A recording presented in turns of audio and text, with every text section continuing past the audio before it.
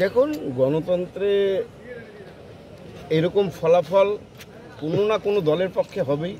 কেউ জিতবে, কেউ হারবে। আমরা হেরেছি, মানুষ ওদের ভোট দিয়েছে, আমরা মাথা পেতে নিয়েছি, কিন্তু কেন হারলাম এত কিছুর পরেও তার বিচার বিশ্লেষণ আমরা করব। কেবল ঘোষণা হলো ফল, যাক, দুটো দিন যাক, 4টা দিন যাক, আমরা পার্টি অফিসে আলোচনায় বসবো, দেখা যাক কী হয়, কি বেরিয়ে আসে, কেন আমরা হারলাম দেখবো তখন। প্রাক্তন মন্ত্রীকে কোনো গাফিলতি ছিল বলে আপনার মনে হয়? আমরা কেন হারলাম, কি আমাদের গাফিলতি, সেটা তো এখনো বুঝতে পারছি না। আমরা আলোচনা না বসলে এটা বোঝা সম্ভব নয়।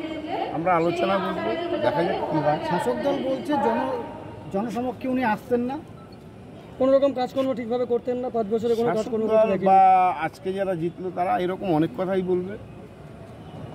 এখন জিতেছে, যেটা বলবে সেটাই সত্যি মনে হবে।